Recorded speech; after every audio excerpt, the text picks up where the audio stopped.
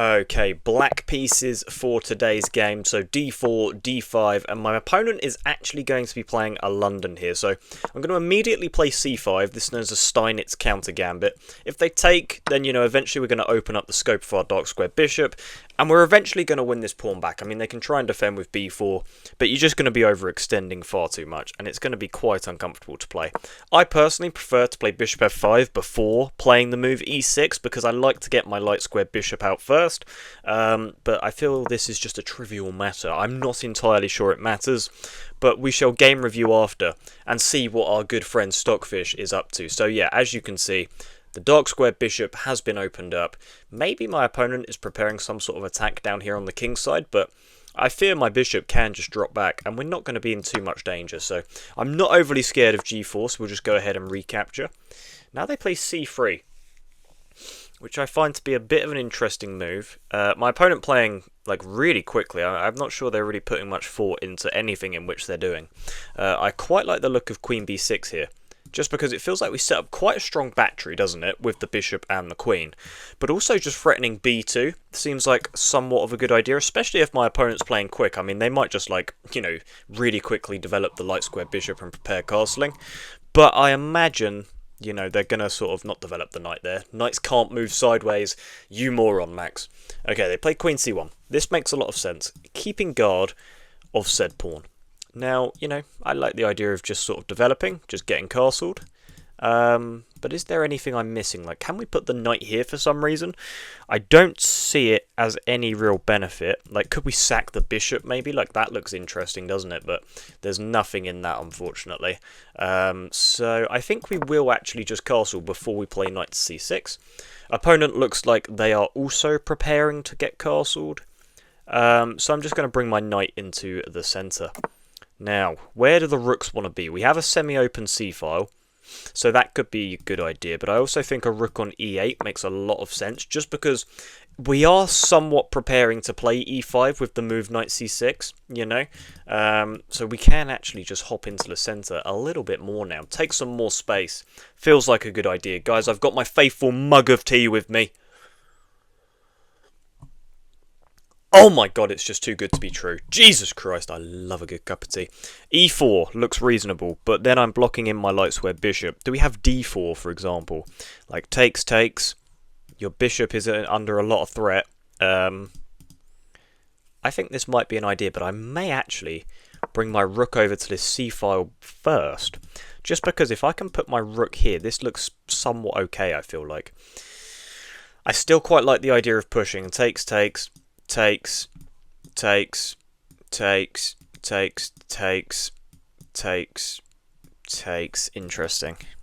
Interesting.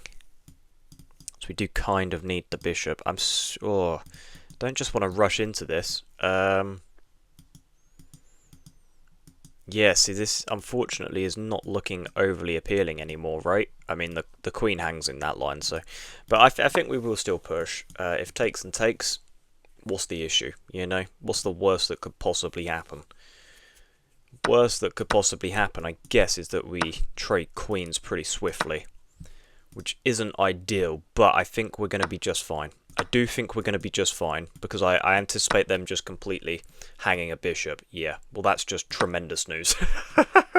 I mean, it's just so undeserving, but my opponent needed to recognise that the pawn there was pinned because the bishop was hanging. Oh my god, you know what I didn't even see? I didn't even realise their dark square bishop was on this diagonal. That's absolutely terrifying.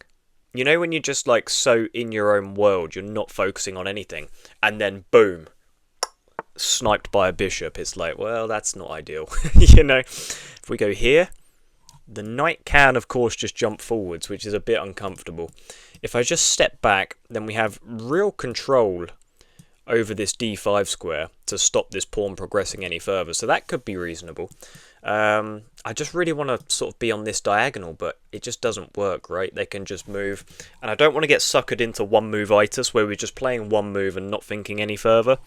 Like, this looks like an interesting idea, to say the least. Go and pick up the pawn, open up the bishop, but I imagine it doesn't work because they could just come over here.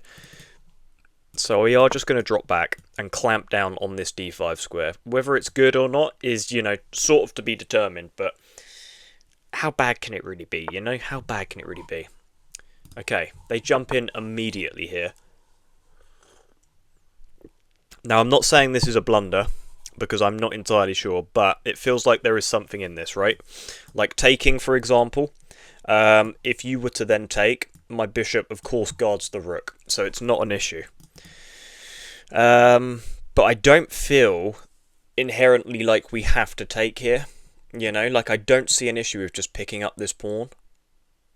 Because if you want to take, then I'll just recapture, and then this isn't a fork because I like I said earlier, we have such good control over d5. So I think we can probably just start picking up some pawns. I mean, my opponent's knight is really nicely positioned on e5, but I just, you know, I don't think it's too much of an issue for us, considering we are just up a knight. My opponent is now trying to run a pawn up the board, which does make sense. It does make sense. I quite like the idea of playing rook d2, and they're going to think my idea is to be hitting this pawn. But the real idea is like knight here, like this, which looks very reasonable. Does look very reasonable. I mean, I could, of course, just take, but I don't know why this is making me so scared. I don't know why. Yeah, I know I can just take. I don't know why I'm so hesitant to do so. Yeah, I'm unsure why that's such a concern for me. Especially because we're also threatening knight e2 now, you know what I mean? Like, this is just a pretty devastating fork if they aren't to take, for example. But even if they, like, take, and then they want to put some pressure on my bishop, it's like, well, I still have this, you know? So, got to be careful there. What has just happened? What have they just done here? Gang? What's just happened? That's a hanging rook, right? That's just a hanging rook. There's no, like, tactics where you check me and win it back, because this isn't a check, and my bishop would clamp down on that square anyway.